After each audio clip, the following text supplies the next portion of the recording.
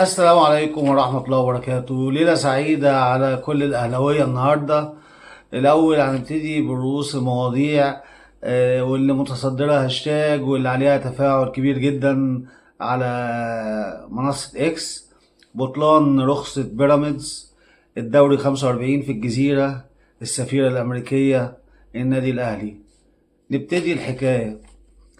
اول حاجه بطلان رخصه بيراميدز، الخطاب اللي نادي النجوم كان بعته لاتحاد الكوره، واتحاد الكوره اقر وبتوقيع رسمي من مسؤول في اتحاد الكوره ان نادي النجوم ليه عند بيراميدز 9,600,000 جنيه للاعب محمود صابر اللي خدوه منهم وما دفعوش الفلوس ديت، والفلوس دي مستحق عليهم. وكان النجوم لو تفتكروا كان عامل قضية كبيرة على الموضوع دوت وكسبها، وأقر اتحاد الكورة وإلى الآن لم تدفع هذه الأموال الطائلة، واللي معرفش اللي بالنسبة لبيراميدز لا تساوي شيء، إنما هي ما اتدفعتش، واللي هي بالتالي تبطل رخصة نادي بيراميدز حسب قوانين الفيفا والاتحاد المصري لكرة القدم والاتحاد الافريقي الذمة المالية، وان المفروض ما يبقاش في نادي عليه اي قضايا او اموال متعلقة او في خصومة المفروض ان هي تحصل منه اموال وما يدفعهاش. فدي اول حاجة، ان النادي الاهلي لو تحرك المكتب القانوني العظيم بتاعه في هذا الامر، كل نتائج بيراميدز قانونيا المفروض ان هي تتلغي، وان هو لا يحتسب ليه اي بطولة هو مشترك فيها بما فيهم بطولة دوري الابطال او الدوري العام. ودي حاجة جميلة جدا عشان الناس دي تفوق وتعرف ان الفساد عندها للركب، وان عندها ما يكفي ان جمهور الاهلي يطلعها مسرح، وجمهور الاهلي مش هيستعصي عليه حاجة، لان جمهور الاهلي جمهور عظيم ويقدر يزلزل اي حد بالوقائع والبراهين. وكلنا فاكرين لما الاستاذ الدكتور مصطفى القاضي الزملكاوي ابتدى يخوض في الكابتن الخطيب، طلعوا له ما لا يحمد عقباه وطلعوا له القديم والجديد بتاعه وخلوه ما يطلعش من بيته. هو ده جمهور الاهلي العظيم، جمهوره ده حماه، والله اكبر عليك يا جمهور الاهلي بصراحه. دي حاجة. الحاجة التانية طبعا الدوري في الجزيرة، مليون مبروك، برضو ضربة قاضية. النهاردة في تصريح رسمي من رابطة الأندية بتخطر فيه بيراميدز، واتعرض في كل وسائل الإعلام إنه استحالة تأجيل مباراة الأهلي وفاركو وبيراميدز وسيراميك كليوباترا اللي هي بإذن الله المفروض إن هي بعد بكرة إن شاء الله. وطبعا الناس دي بتهزر، لان الاهلي المفروض ان هو مسافر امريكا، تمام؟ فاستحاله ان الاهلي طبعا ينفع ان هو الماتش ده يتاجل، انما هو جزء من اجزاء استهبال نادي بيراميدز والاخ هاني سعيد. اخر حاجه اللي هي صلاح مع سيف زاهر، وهنتكلم عن محمد صلاح اللي بيعمل ارقام اعجازيه. محمد صلاح ما شاء الله خد احسن لاعب في الدوري الانجليزي، هداف الدوري الانجليزي، افضل اسيست في الدوري الانجليزي، جايب ما شاء الله 29 هدف وعامل اسيست 19 هدف. واخد الحذاء الذهبي في الدوري الانجليزي كاول لاعب عربي افريقي ينول هذا اللقب رفيع المستوى للمرة الرابعة.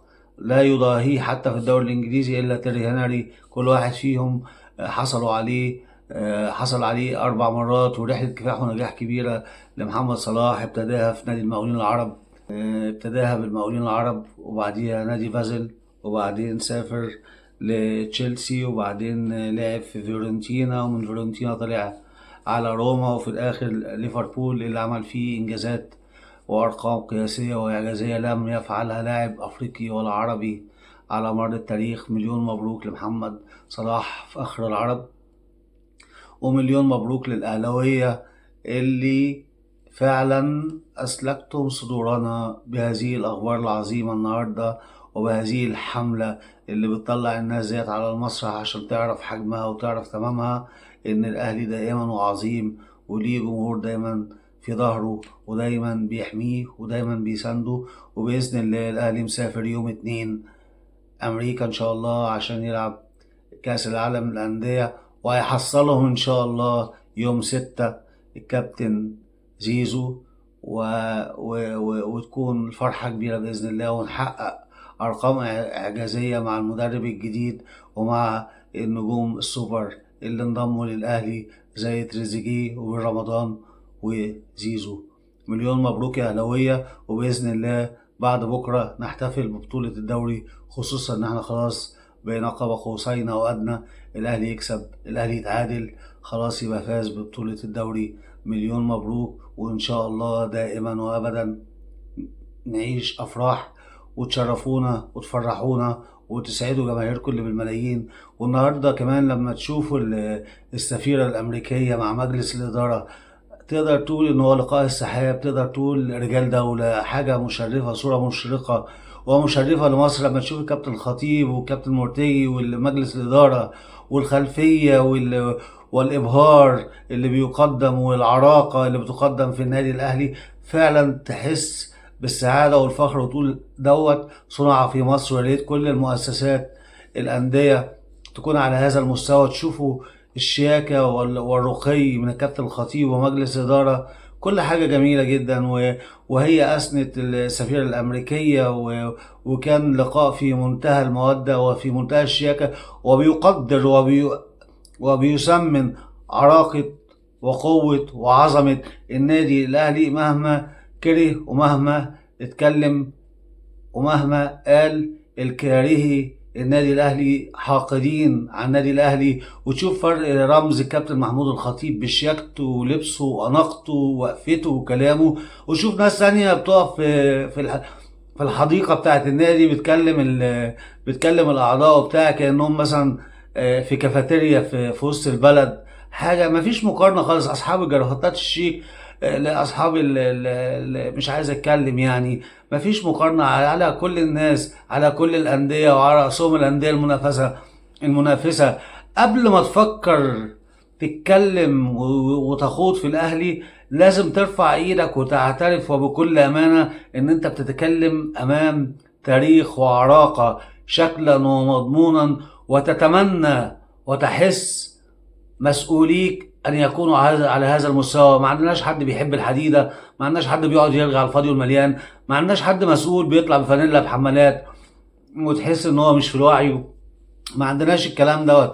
الاهلي عظيم، قيمه وقامه شكلا ومضمونا، وباذن الله كل التوفيق للنادي الاهلي، وباذن الله نحقق ارقام اعجازيه في كاس العالم للانديه. وشكرا والسلام عليكم ورحمه الله وبركاته.